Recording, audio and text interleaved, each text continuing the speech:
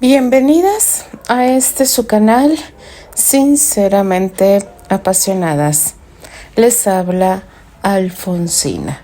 Continuamos con este magnífico fic de mi querida Josephine Jaimes, que de verdad, chicas, yo sigo con el coraje atravesado.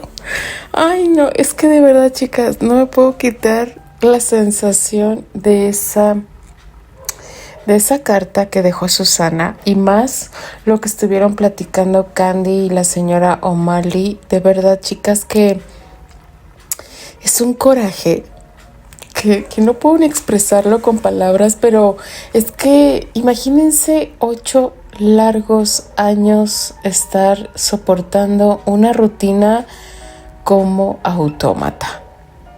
Sí, chicas, o sea, de verdad que no sé si haya personas así, pero retener a una persona por la sola idea de que les pertenece y que te deben algo. No, chicas, es que sigo sin poder expresar mi enojo. La única buena noticia es que Candy está embarazada. Pobrecita, apenas está empezando. Pero es que de verdad, chicas, y les aviso de una vez, ya estamos llegando a los últimos capítulos. Sí, chicas, yo quisiera que mi querida Josephine se apiadara de nosotros y nos diera segunda temporada, pero ya saben que eso no va a suceder. Es un delirio mío. Pero bueno, chicas, pues vamos a ver qué nos depara el siguiente capítulo de este majestuoso fic llamado La temporada de Narcisos. Capítulo 11, parte 4. La temporada de los narcisos.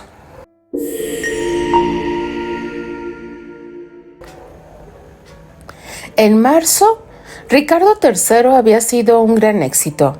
En abril, tras 5 semanas con teatro lleno cada noche, la compañía comenzó a prepararse para la siguiente gira.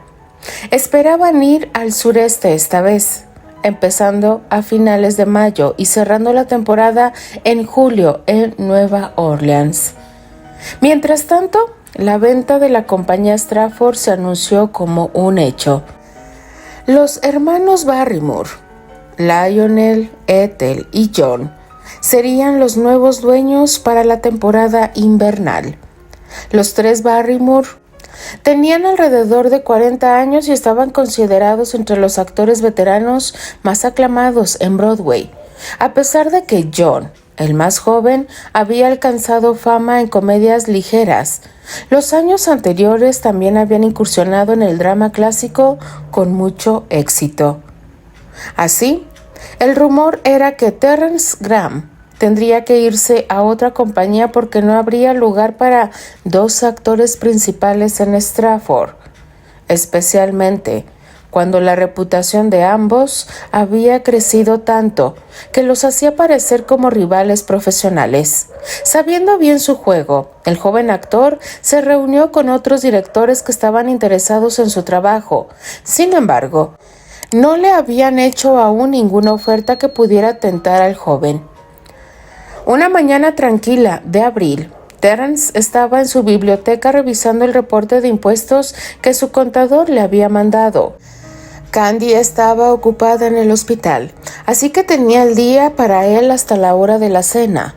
Quería deshacerse del odioso reporte de impuestos antes de que ella regresara. Mientras estaba concentrado en la tarea, escuchó un toquido en la puerta.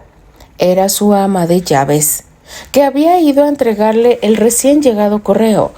La señora entró en la biblioteca, puso las cartas encima de su escritorio y dejó la habitación discretamente. Cuando se encontró solo nuevamente, Terence examinó la correspondencia, separando las cartas dirigidas a su esposa de las que tenían su nombre. como era de esperarse, siendo Candy una persona sociable, la mayor parte de la correspondencia era para ella, y solo 3 cartas estaban dirigidas a él. La primera carta que leyó era de William Albert Arley. En ella, Albert le decía que debía viajar a Europa por un asunto de negocios. El magnate estaba un poco molesto porque eso significaba que no podría estar con Candy en su cumpleaños. Los 2 hombres habían planeado hacer una fiesta en el hogar de Pony ese día. En su carta, Albert le pedía a Terrence continuar con los planes a pesar de este contratiempo. Albert trataría de compensar su ausencia por anticipado. En su carta, le preguntaba a Terrence si podía pasar con ellos una semana en Nueva York antes de partir a Londres el 24 de abril. El joven dobló la carta de Albert y la guardó en el sobre, pensando que tener a su amigo de visita unos cuantos días le parecía una idea muy agradable. Se imaginó que Candy también estaría muy contenta de tener a un huésped tan querido en su nuevo hogar. Esperaba que la visita le sirviera verdaderamente a Candy como consuelo por la ausencia de Albert en los últimos meses. Terrence aún pensaba en la visita de Albert cuando se sorprendió agradablemente por otro sobre con una caligrafía muy particular. Era una carta de William Bragg Adams, el director de la New Shakespeare Company de Inglaterra. Había pasado un año desde que Terrence había trabajado con él en Londres y desde entonces no había intercambiado comunicación alguna. Al joven actor le simpatizaba Bridget Adams por más de una razón. El hombre era solo 8 años mayor que Terrence, pero había conseguido una reputación brillante desde sus días en Oxford. También era ambicioso, perfeccionista y un purista renombrado entre los directores de teatro shakespeariano.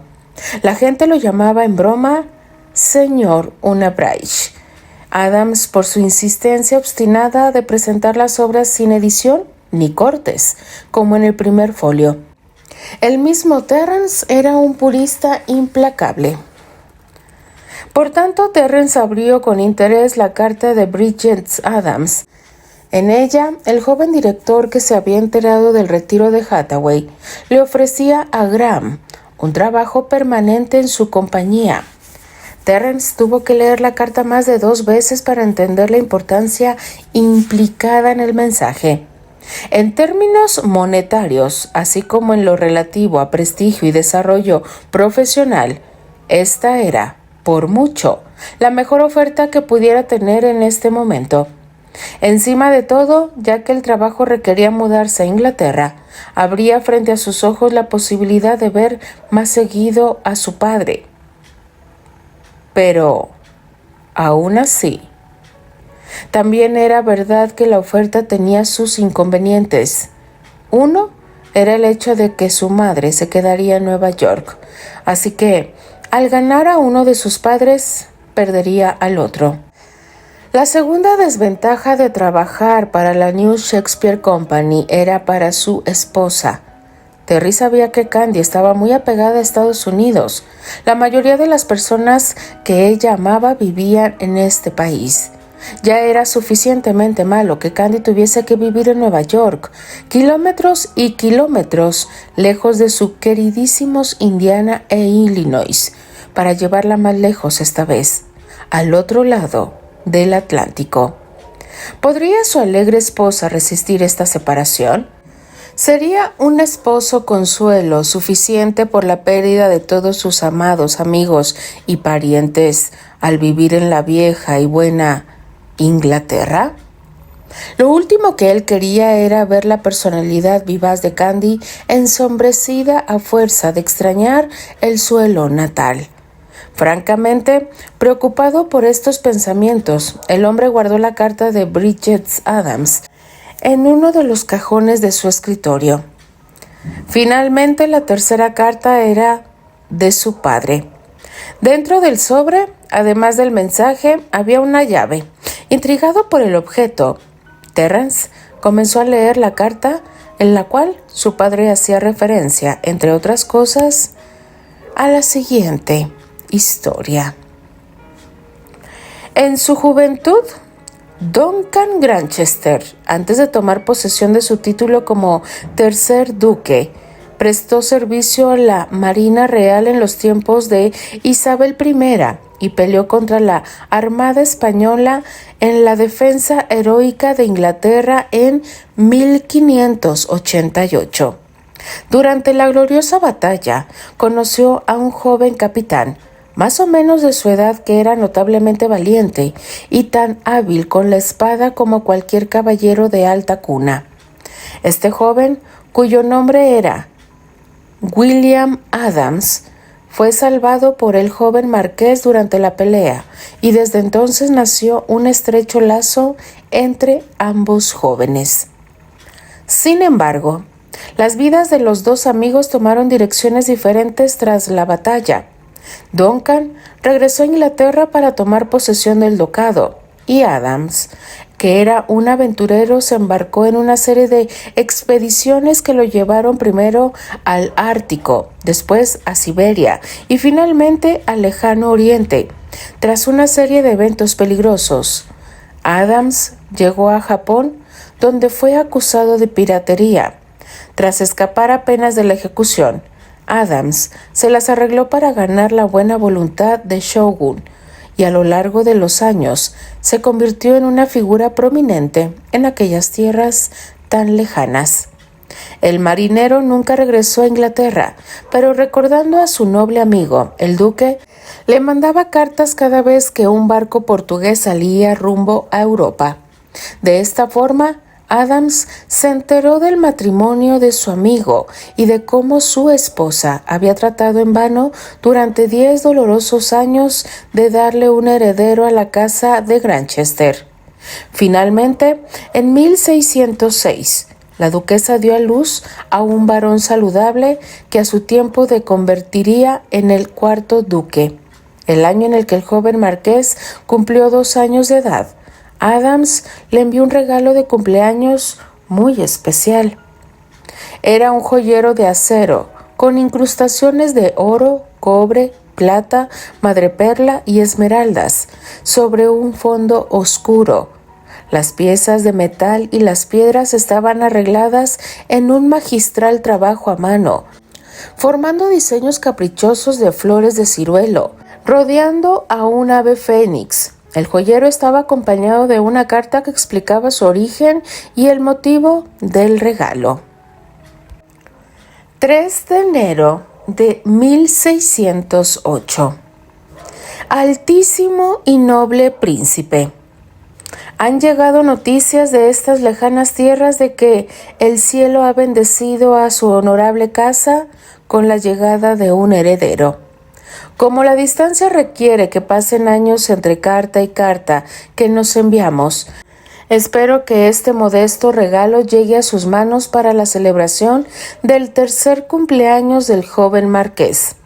El regalo, humilde como puede parecer a un par de Inglaterra, con un linaje tan lustre como el de su gracia, viene del fondo del corazón de su servidor. El trabajo hecho en este objeto es muy parecido al de los moros de Toledo, pero creo que los orfebres japoneses son más hábiles. Llaman a este regalo artesanal shakudo. El objeto tiene su propia historia, ya que perteneció a una dama noble de estas tierras, a la que este humilde servidor estimaba particularmente. Tras su muerte, su hijo mayor me la ofreció como un recuerdo, diciendo que las flores y el ave grabados en él representaban la paz, justicia, prosperidad y el inicio de una nueva era. Por mucho que este objeto sea querido para mí, conectado como lo está a un ser por demás amado, deseo regalarle a la casa de Grantchester. Las manos de su gracia salvaron una vez mi vida, y su servidor no olvida ese favor. Que este objeto permanezca entre su honorable familia y un servidor como símbolo de nuestra amistad eterna. Su humilde servidor, William Adams. El duque se sintió particularmente halagado por el regalo y se lo ofreció a su esposa como presente. Desde entonces, Pasar este joyero de generación en generación se ha convertido en tradición. Usualmente en el día en el que el heredero se casa, la duquesa pasa la caja a manos de su hijo mayor, para que él pueda, a su vez, regalarla a su esposa el día en que nazca el siguiente heredero. Cuando cometí el error desastroso de casarme con Beatriz, querido hijo, mi padre me confió el dicho joyero. Sin embargo, me dio instrucciones específicas de que debía guardarla para ti y me prohibió dársela a Beatriz. Sabía que mi casa sería especial en la historia de nuestra familia, porque la madre de mi heredero nunca sería mi esposa y mi esposa no sería la madre de mi heredero. Así que dijo que debía conservarlo y dártelo cuando tú te casaras. Por tanto, he enviado este precioso objeto a un barco en Nueva York. Dentro del sobre te mando el nombre del barco y la llave de la caja de seguridad en que está guardada. Ya que estás casado, es tu turno de tener el joyero y dárselo a tu esposa cuando lo consideres conveniente. Considera esto como un símbolo de nuestro entendimiento al que hemos llegado tú y yo. Sin importar si decides o no convertirte en el 15º duque tras mi muerte. Tu padre, Richard Granchester. Albert llegó finalmente a Nueva York para visitar a los Graham. Todos disfrutaron mucho su visita porque, como siempre, se mostró de lo más encantador, interesante y divertido. Hacía mucho que había desaparecido las sospechas de Terrence sobre su amigo, así que decidió disfrutar aunque fuera brevemente su amistad. Candy, por supuesto, no cabía en sí misma y quería mostrar a Albert todo Nueva York en solo unos días. El buen hombre tuvo que recordarle que ya conocía bastante bien de la ciudad. Algunos recorridos turísticos estarían bien, pero durante esta visita estoy mayormente interesado en pasar tiempo con ustedes dos, chicos malcriados. Le había dicho a ella sin contener la risa. Oye, Bert, si somos una pareja de malcriados, tú debes de hacerte responsable del 50% de nuestras supuestas diabluras. Después de todo, tú fuiste quien me crió. Si ese es el caso, contestó Albert, siguiéndole el juego a Candy. Me complaceré en compartir la responsabilidad de las maldades que tú hagas con la señorita Giddens y la hermana Lane, como mis secuaces. Ellas deben responder por su parte en el dudoso negocio de la crianza de Candice White. Candy se carcajeó de buena gana ante las palabras de Albert y lo amenazó con dejarle saber a las damas del hogar de Pony acerca de la situación. Moderando los exuberantes planes de Candy para entretener a Albert, Terrence había planeado algunas excursiones. La primera salida obligada fue una noche en el teatro, por supuesto. Tras la obra, Albert se pasó toda la noche bromeando con Terrence sobre su caracterización de Ricardo III, haciendo que Candy se partiera de risa con sus chistes. Un poque de equitación fue también parte del entrenamiento, pero en esta ocasión, Candy declinó participar en la actividad, dejando a los dos amigos disfrutar del deporte, ellos solos. Mientras George y ella disfrutaban té helado en el restaurante del club campestre. Tampoco podía perderse de una larga caminata en el Central Park. Como parte de la diversión no planeada, los tres, seguidos por el buen George, tuvieron que correr para escaparse de los fotógrafos que no paraban de perseguir a Terrence. Cuando regresaron al departamento de los Graham, Albert confesó que había sido la mejor fuga en la que había participado desde que tenía 17 años. Fue entonces que narró la historia sobre cómo había robado uno de los autos de su fallecido padre y huido hacia los terrenos del hogar de Pony. George comentó discretamente que él no tenía tan buenos recuerdos de esa vez, ya que había pasado el susto de su vida al darse cuenta de que el joven bajo su cuidado había escapado. Sin embargo, George concedió que toda aquella amarga experiencia estaba perdonada porque la señorita Candy había llegado a conocer al señor Arley en esa ocasión. En opinión de George, conocer a la señorita Candy había sido una de las mejores cosas que le había pasado a la familia en toda su existencia. Una noche, Albert tomó posesión de la cocina para preparar una cena casera al estilo italiano. Por suerte, la señora O'Malley y Roberto también fueron invitados.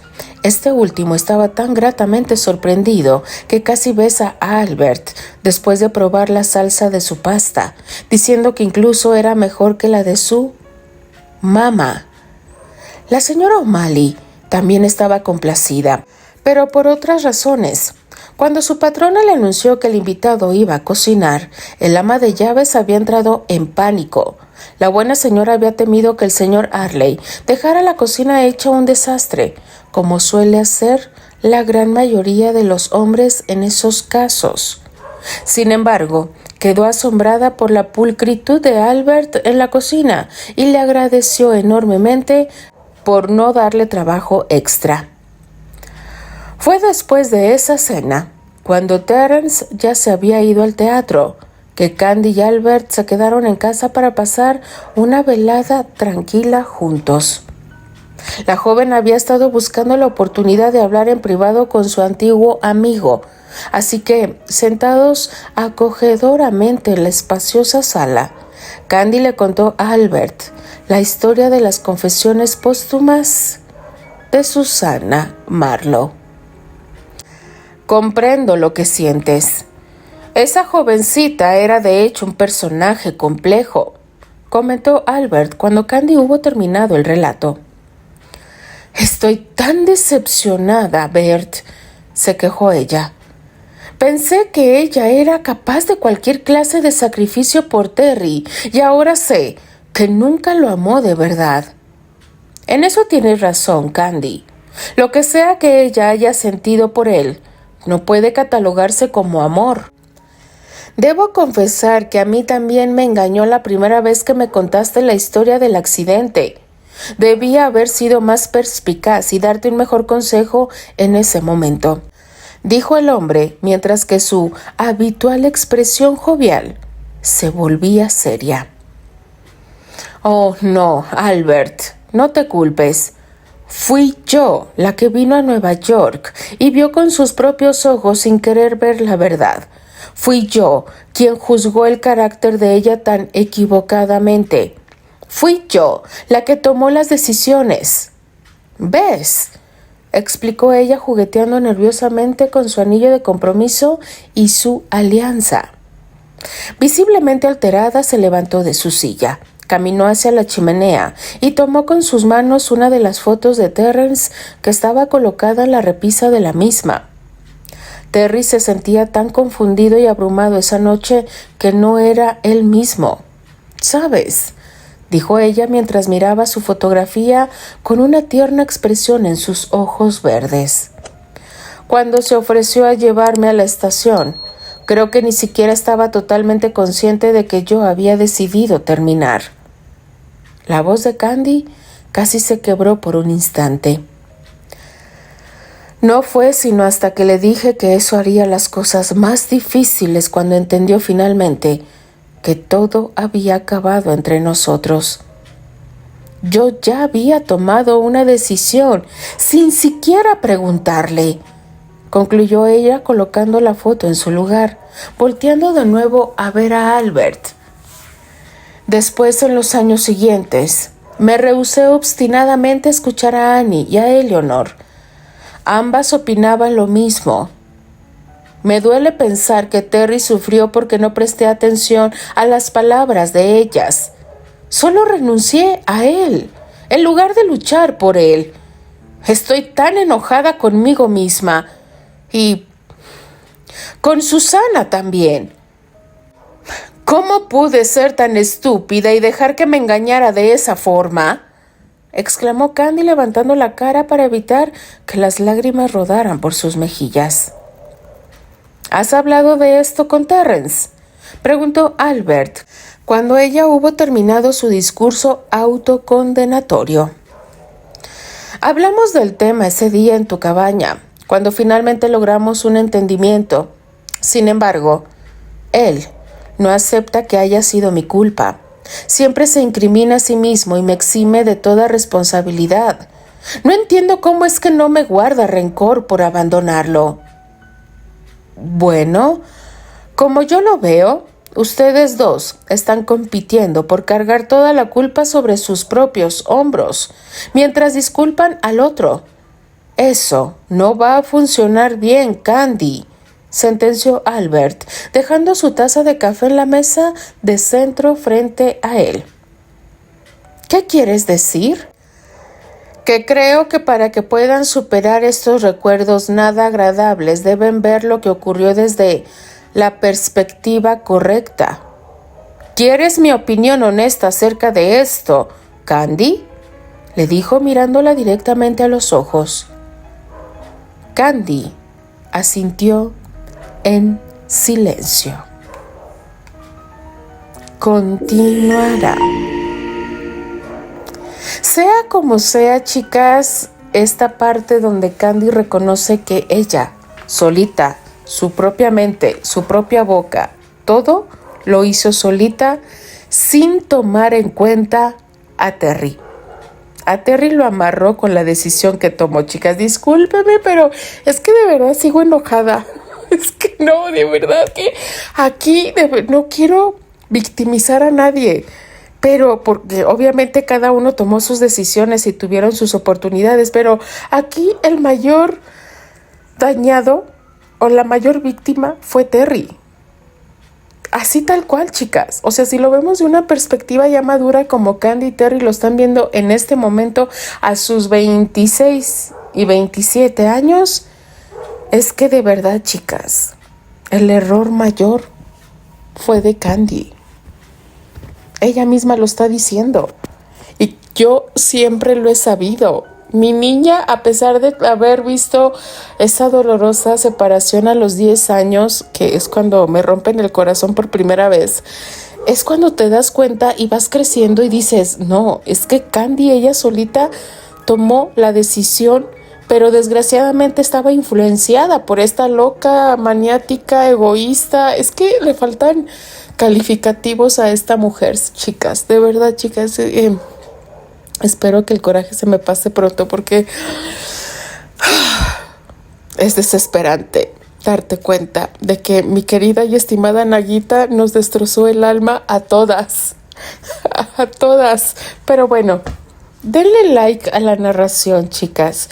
Déjenme sus maravillosos comentarios. Les mando un fuerte abrazo. Cuídense mucho. Les habla y se despide Alfonsina, la chica de los labios rojos, y de parte de las apasionadas. Fantasía, Palas Atenea y Doralix. Nos escuchamos en el siguiente capítulo. Adiós.